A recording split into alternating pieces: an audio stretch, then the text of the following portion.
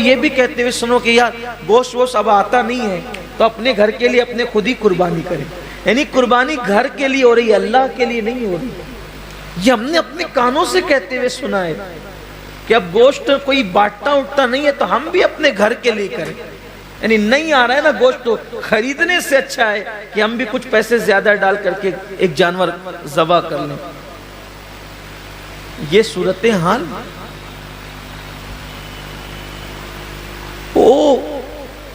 اللہ کی رضا کا والے جو کام ہوتے ہیں پھر اس میں قدرت کی قوت شامل ہوتی.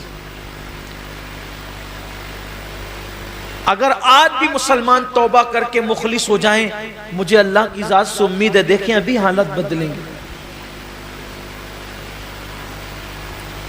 ابھی مسلمانوں کی حالت بدلے گی، لوگ اللہ کے لیے کریں گے.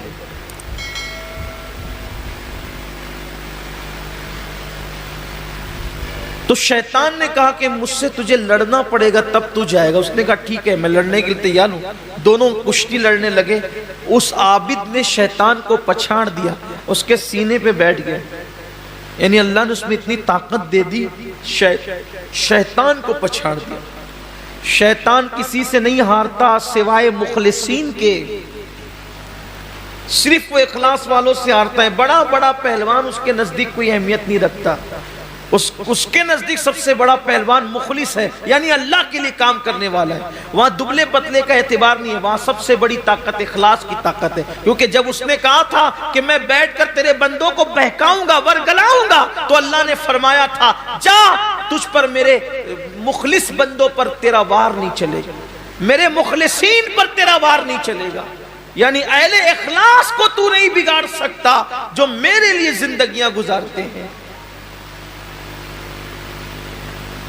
تو پچھاڑ دیا. اس نے کہا نہیں دوبارہ پھر مقابلہ ہو. دوبارہ پھر پچھاڑا، پھر نہیں سہبارہ پھر مقابلہ ہو. تیسری بار پھر پچھاڑ دیا.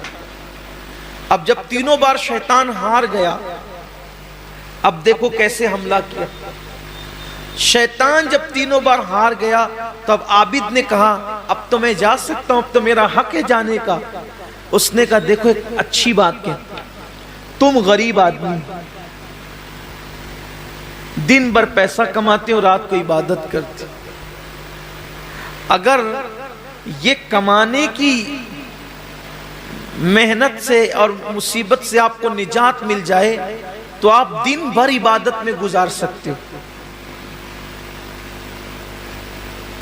اگر تم یہ کام نہیں کرو گے، ان کو ان کے حال پہ چھوڑو، ان کو ان کے حال پہ چھوڑو. اگر تم یہ کام نہیں کرو گے تو تم سے پوچھ تھوڑی ہوگی. تمہارے بستر میں تکیے کے نیچے روزانہ تمہاری ضرورت کے مطابق جتنا تم کماتے ہو 2 درہم تمہیں مل جائیں گے.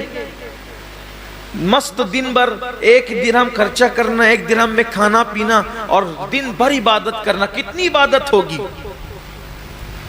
یا تو دن بھر کماتے ہو پھر رات میں تھوڑی سی عبادت کرتے ہو، یا تو دن بھر عبادت ہوگی. جاؤ واپس لوٹ جاؤ، 2 درہم ملا کریں گے. یہاں پتا چلا شیطان کو دن بھر کی عبادت منظور ہے. شیطان کو دن بھر کی عبادت منظور ہے، مگر دین کی تبلیغ منظور نہیں ہے. ایک لمحے کی دن بھر کی عبادت اس کو منظور ہے، مگر دین کی تبلیغ ایک لمحے کی منظور نہیں. کیونکہ وہ جانتا ہے کہ عبادت کرنے والوں نے اگر کتنی بھی عبادت کر لی، جائے گا تو اکیلا ہی جنت میں جائے گا. لیکن اگر کوئی دین کی تبلیغ کرتا ہے تو پوری قوم کو جنت میں لے جائے گا. اسی لیے اس کو دین کی تبلیغ منظور نہیں ہے. وہ تبلیغ کرنے والوں کو، دین کی طرف بلانے والوں کو، دین کے لیے محنت کرنے والوں کو بہت دشمن کی نظر سے دیکھتا ہے. تو کہا کہ دن بھر کماتے ہو، 2 درہم ملیں گے، 1 درہم صدقہ کرنا، 1 درہم کھانا، دن بھر عبادت کرنا. لیکن یاد رکھیں ایک منزل ایسی آتی ہے. میں نے اپنے قائد، اپنے امیر سے یہ بات انہوں نے مجھے بطور نصیحت کہا تھا، میں نے سنی ہے.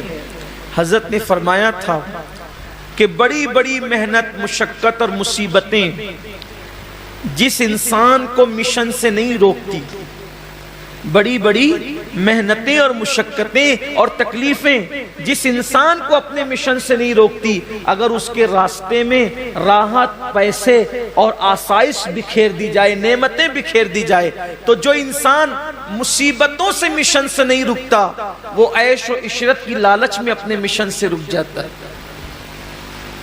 اسی لیے اللہ کے رسول علیہ السلام اپنے صحابہ سے کہتے تھے، اے میرے صحابہ، مجھے میرے چلے جانے کے بعد دنیا سے تم پر یہ خوف نہیں کہ میرے بعد تم مشرک ہو جاؤ گے، میرے بعد میری امت مشرک ہو جائے گی، مجھے اس کا خوف نہیں ہے، خوف اس کا ہے کہ میرے بعد میری امت دنیا کی محبت میں مبتلا ہو جائے۔ السلام علیکم ورحمۃ اللہ وبرکاتہ۔ میرے پیارے عزیز دوستو، بھائی اور بہنوں، جیسا کبھی آپ نے ہم سے بڑے عالم، محدث اعظم، مفکر اعظم یعنی سید امین القادری صاحب کے زبان سے بیانات کو سماعت کر لیے، تو میں آپ سے زیادہ بحث نہیں کرنا چاہتا ہوں، اور نہ ہی میں آپ کے وقت کو لینا چاہتا ہوں، اور نہ ہی میں آپ کے وقت کو برباد کرنا چاہتا ہوں۔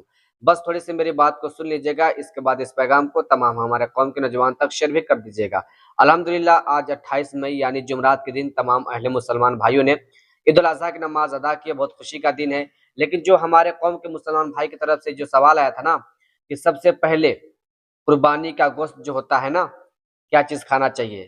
کیا سب سے پہلے کلیجی کھانا چاہیے، اس کا گردہ کھانا چاہیے، یعنی کیا ہمارے نبی کریم صلی اللہ علیہ وسلم کیا سب سے پہلے کلیجی کھایا کرتے تھے یا نہیں کھایا کرتے تھے؟ تو میں آپ سے ایک بات ضرور کہوں گا، اور میں مدعے پہ بات کر رہا ہوں نا، کہ دیکھیں جو حلال چیز ہو، یعنی جو حرام نہیں ہو، جو حلال ہو تو آپ اس کا کچھ بھی کھا سکتے ہیں۔ اب کلیجی ہو، گردہ ہو، پھیپھڑا ہو، دل ہو، یعنی جو حلال چیز ہے نا آپ اس کو کھا سکتے ہیں۔